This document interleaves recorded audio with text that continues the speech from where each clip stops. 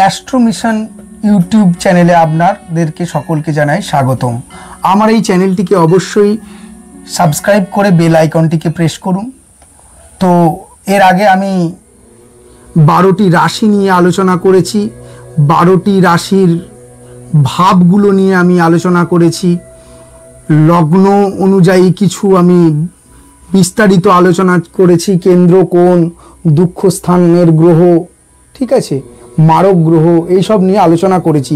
তো আজকে আমি আমার মূল আলোচ্য বিষয়ে চলে আসি।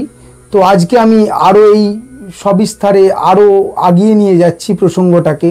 তো এই আলোচনাটা আগিয়ে নিয়ে যে আমি যেতে চাইছি যে 12টি ভাবের মধ্যে বা 12টি রাশির মধ্যে আমাদের কখন কোন গ্রহটি ভালো ফল দেবে আমরা একবার চার্টটাকে দেখলেই কিন্তু বুঝতে পারবো।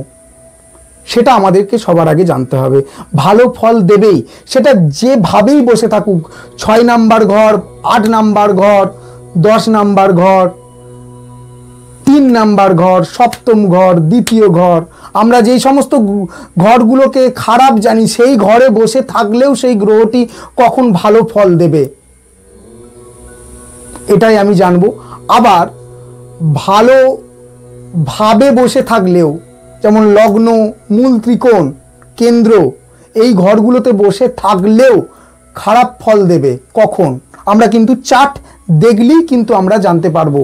তাহলে আমার এই ভিডিওটিকে পুরোটা কিন্তু শেষ পর্যন্ত দেখতে হবে, স্ক্রিপ্ট করবেন না। এইগুলোর মাধ্যমে আপনারা কিন্তু অ্যাস্ট্রোলজি শিখছেন এবং এতে কিন্তু আপনাদের নিজেদের ছকটা কিন্তু নিজেরা বিচার করতে পারবেন। তো আমি শুরু করছি।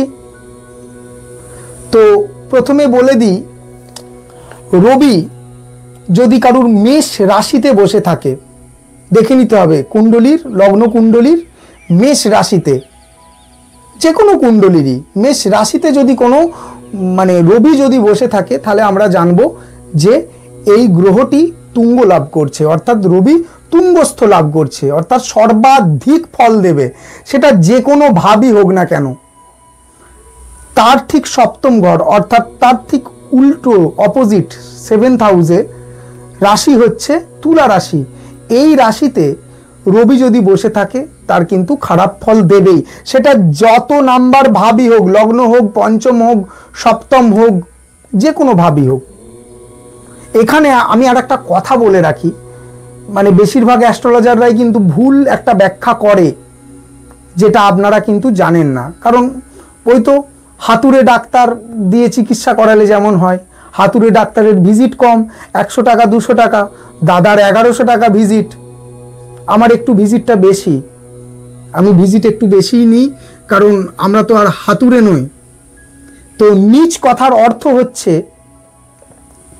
এখানে কিন্তু ডাউন বা নিচু নয়, দুর্বল নয়, উইক নয়। নিচ কথার অর্থ হচ্ছে সে খারাপ হয়ে গেল, সে সংসর্গ খারাপ পেল, সে যেই গ্রহটার যে তার যে গুণের সঙ্গে যে রাশির তত্ত্বটা পাচ্ছে, সেই তত্ত্বে নিচ হয়ে যাচ্ছে, সে তার আর কাজ করার কোনো ক্ষমতা থাকছে না, উপরন্তু ভালো কাজ করার ক্ষমতা থাকছে না, তার খারাপ কাজ করবে সেই জায়গায় বসে। এটার অপব্যাখ্যা করে নিচ মানে দুর্বল। কারুর যদি দেখলাম যে তুলা রাশিতে রবি বসে আছে, তাকে একটা চুনি গুঁজে দিল, পাওয়ার বাড়িয়ে দেওয়া হলো, এইরকম ভাবে অ্যাস্ট্রোলজি অত সহজ নয়।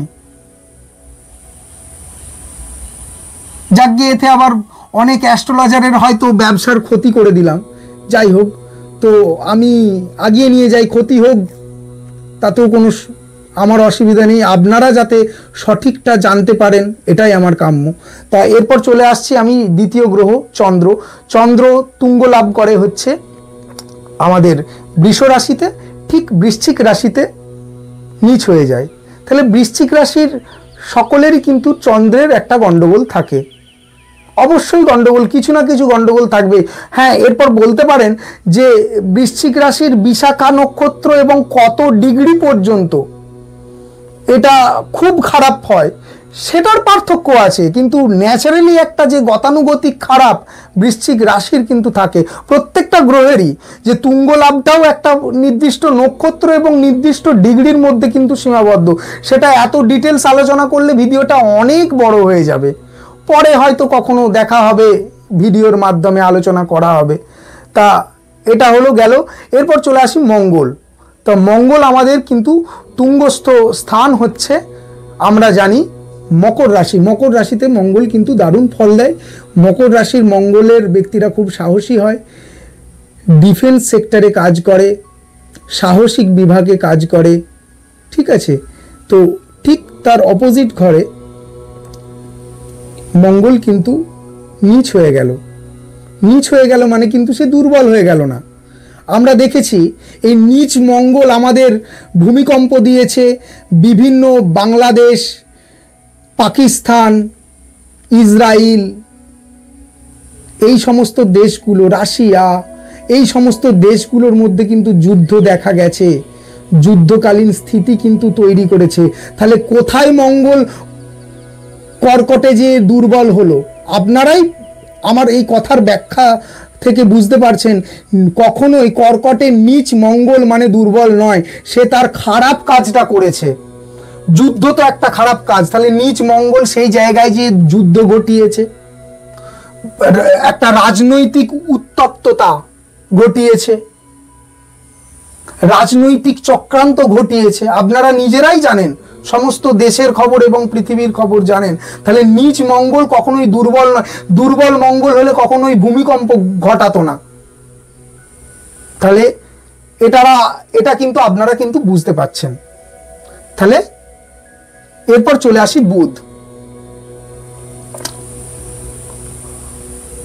বুধ হচ্ছে তুঙ্গ লাভ করে তার নিজের রাশি কন্যাতে, এবং খারাপ ফল দেয় হচ্ছে মানে নীচ হয়ে যায় হচ্ছে আমাদের মীন রাশিতে।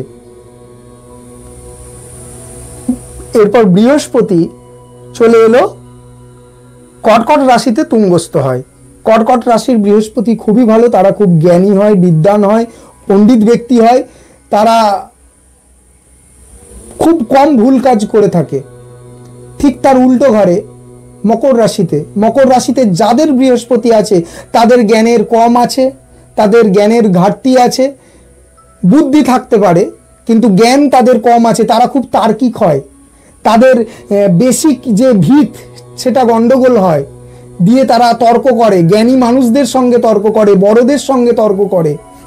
নিজ বৃহস্পতি কিন্তু এগুলো করায়, ডিসিশন ভুল করায়। গার্জেন, তার যে দাদা বা পিতৃতুল্য ব্যক্তি বা তার বয়স জ্যেষ্ঠ ব্যক্তিদের সঙ্গে এরা তর্ক করে, তাদের আশীর্বাদ থেকে বঞ্চিত থাকে, কারণ তাদের তার্কিক মনোভাব থেকে। এই জায়গাগুলো কিন্তু আছে, তাহলে এই জায়গাগুলো তাদেরকে মেনটেন করতে হবে। এরপর চলে আসি আমি শুক্র তুঙ্গ ক্ষেত্র হচ্ছে মীন রাশি এবং নিজ ক্ষেত্র হচ্ছে কন্যা রাশি। শনির তুঙ্গ ক্ষেত্র হচ্ছে তুলা রাশি এবং নিজ ক্ষেত্র হচ্ছে মেষ রাশি। তুঙ্গ ক্ষেত্রের শনি, আমি একজন যুগাবতার